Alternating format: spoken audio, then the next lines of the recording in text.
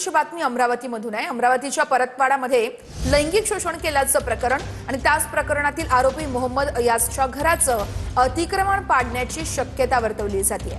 घराचं अतिक्रमण अचलपूर नगर परिषद बुलडोझरनं पाडण्याची शक्यता आहे। नगर परिषदेकडून आजच ही कारवाई केली जाण्याची शक्यता वर्तवली जाते। नगर परिषदेकडून आरोपीच्या कुटुंबाला अतिक्रमणासंदर्भात नोटीसही देण्यात आली आहे। सूत्रांची ही सगळी माहिती आहे। आरोपीने घराचा काहीसा भाग अतिक्रमण करून बांधल्याचा नगर परिषदेला संशय आहे। या संदर्भात स्वप्नील उमप आमचे प्रतिनिधी आपल्याला सविस्तर अपडेट्स देत आहेत। स्वप्नील, नक्कीच अत्यंत गंभीर प्रकरण हे समोर आल्यानंतर आता यामध्ये नगर परिषदेने देखील हस्तक्षेप केलेला आहे। आपण बघू शकतो या घराचा काही भाग जर आपण पाहिलं तर अतिक्रमण असल्याचं बोललं जाते आणि त्याच पार्श्वभूमीवर या ठिकाणी हा जिना अतिक्रमित असल्याची शक्यता जी आहे त्याचा संशय नगर परिषदला आणि त्याच पार्श्वभूमीवर या ठिकाणी एक नोटीस चिपकवण्यात आलेली आहे। नुकतेच जर आपण पाहिलं तर या ठिकाणी नगर परिषदेचे कर्मचारी आले आणि त्यांनी या ठिकाणी जी आहे ती या ठिकाणी नोटीस लावण्यात आलेली आहे। त्यामध्ये म्हटलेलं आहे की आपणास कळवण्यात येते की आपण मौजा परतवाडा शीट क्रमांक कृष्णा गार्मेंट या संपूर्ण भागामध्ये 15 मीटर लांबी व 4 मीटर रुंद अशा आकारमानाचे 60 चौरस मीटर क्षेत्रफळाचे आरसीसी बांधकाम केल्याची पाहणी जी आहे ती समोर आलेला आहे। या संदर्भात त्यांना काही कागदपत्र जे आहेत ते सादर करण्याचं या नोटिसीमध्ये म्हटलेलं आहे। 20 तारखेला म्हणजे 20 एप्रिलला दुपारी 1 वाजेपर्यंत त्यांना हे कागदपत्र सादर करावे लागणार आहेत मुख्याधिकाऱ्यांच्या दालनामध्ये त्यांना, आणि सोबतच यावर युक्तिवाद आणि सुनावणी देखील होण्याची शक्यता आहे। बांधकामा संदर्भात अशा आशयाची नोटीस या ठिकाणी लावण्यात आलेली आहे। दुसरीकडे जर आपण पाहिलं तर या ठिकाणी एक सदर इमारतीचे खालील अनुसूचीमध्ये नमूद केलेले बांधकाम पाडावे आणि सदर अनधिकृत बांधकाम जर केलं असेल त्याचा वापर थांबवला पाहिजे अशी जी नोटीस मुख्याधिकाऱ्यांच्या वतीनं या संपूर्ण कुटुंबाला दिलेली आहे। आरोपीच्या परिवाराला या ठिकाणी देण्यात आलेली आहे। दुसरीकडे जर आपण पाहिलं तर आरोपी सध्या जेल दुसरी पोलीस कोठडीत आहे आणि आरोपीच्या घरी सध्या कोणीच नाही, त्याचे आई वडील देखील या ठिकाणी नाही। आणि दुसरीकडे जर आपण पाहिलं तर पोलिसांचा बंदोबस्त या ठिकाणी लावण्यात आलेला आहे। आजच जर आपण पाहिलं तर नगर परिषदेच्या वतीनं या अनधिकृत जिन्याचं पाळकाम केलं जाणार असल्याचं सूत्रांच्या वतीनं सांगण्यात आलेलं आहे। दुसरीकडे पोलिसांचा बंदोबस्त आता या भागामध्ये लावण्यात आलेला आहे। बॅरिकेड स्वप्नील, या कारवाईकडे आपलं लक्ष असणारच आहे। तुर्तास धन्यवाद। अमरावतीतील अल्पवयीन मुलींच्या लैंगिक शोषण प्रकरणी अचलपूर परतवाडा बंदची हाक देण्यात आली आहे। सर्वपक्षीय आणि सामाजिक संघटनांकडून ही बंदची हाक देण्यात आली। घटनेचा निषेध करत आरोपीवर कठोर कारवाईची मागणी करण्यात आली आहे। अनुचित प्रकार घडू नये म्हणून चौकात पोलिसांचा मोठा बंदोबस्त तैनात ठेवण्यात आलाय।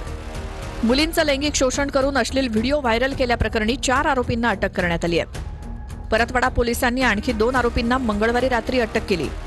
मोहम्मद अयाज, मोहम्मद तन्वीर, हुजेर खान इक्बाल खान, तरबेज खान तस्लीम खान आणि मोहम्मद सादिक अशी 4ही आरोपींची नावं आहेत। या प्रकरणात आतापर्यंत पोलिसांना 18 व्हिडिओज आणि 39 फोटोज मिळालेत। आरोपींविरोधात कठोर कारवाईची मागणी नेत्यांकडून केली जाते।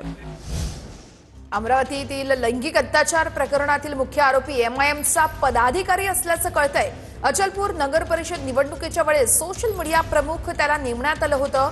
मुख्य आरोपी मोहम्मद अयाज, मोहम्मद तन्वीर बाबत एमआयएमचं स्पष्टीकरण आलेलं आहे। एमआयएमचे अमरावती जिल्हाध्यक्ष मोहम्मद आदिल शेख यांची माहिती है।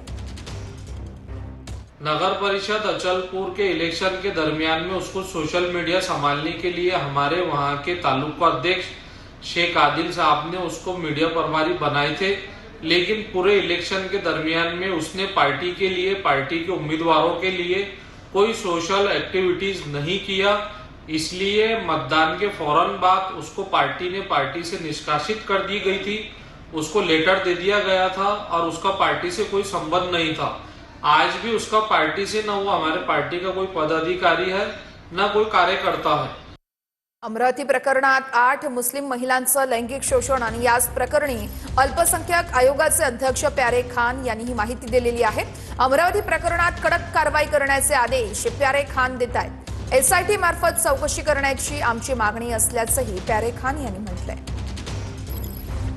महिलांचं शोषण झाल्याचा प्रकार समोर आलेला आहे। अल्पसंख्याक आयोगाचे अध्यक्ष प्यारे खान जी आपल्यासोबत आहे। किती महिलांचं शोषण झालेलं आहे? अयाज मोहम्मद तनवीर करके इसका नाम है। इसने कई सारी महिलाओं के साथ आपत्तिजनक वीडियोस बनाए, फोटोज़ है। तो मैंने वहाँ के एसपी से बात की, श्री विशाल आनंद जी से, तो उन्होंने मुझे बताया कि अभी तक हमारे हाथ में 8 मुस्लिम महिलाओं के फ़ोटो और वीडियोस मिले हैं, जिसमें से 6 के फ़ोटोज़ मिले हैं और 2 के वीडियोस मिले हैं। तो मैंने उनको वहाँ पे कड़क कार्रवाई करने के आदेश दिए। यामध्ये मुस्लिमच महिलांचा हे समावेश आहे की काही हिंदू आहे? कारण अशा प्रकारचे नहीं, देखिए अभी तक तो सिर्फ और सिर्फ मुस्लिम के मिले हैं। तो उसने कई वीडियो डिलीट किए हैं, समझे कि कई सारे वीडियो जो है उसने डिलीट किए हैं। तो पुलिस से कहा गया है कि जितने भी वीडियो है उसको रिकवर करो और इस पर कड़क कार्रवाई करो करके। अमरावतीमधील अल्पवयीन मुलींचं लैंगिक अत्याचार प्रकरण आणि त्याच प्रकरणाची मुख्यमंत्री फडणवीसांकडून प्रकरणाची गंभीर दखल घेण्यात आली आहे। जिल्हा पोलीस अधीक्षक विशाल आनंद यांना मुख्यमंत्र्यांनी फोन करत घटनेची माहिती घेतल्याचं सूत्र सांगत आहेत। अनिल बोंडे आज दुपारी 1 वाजता विशेष पोलीस महानिरीक्षकांची भेट घेणार आहेत। परतवाडा प्रकरणाची SIT मार्फत चौकशी करण्याची मागणीही केली जाणार आहे।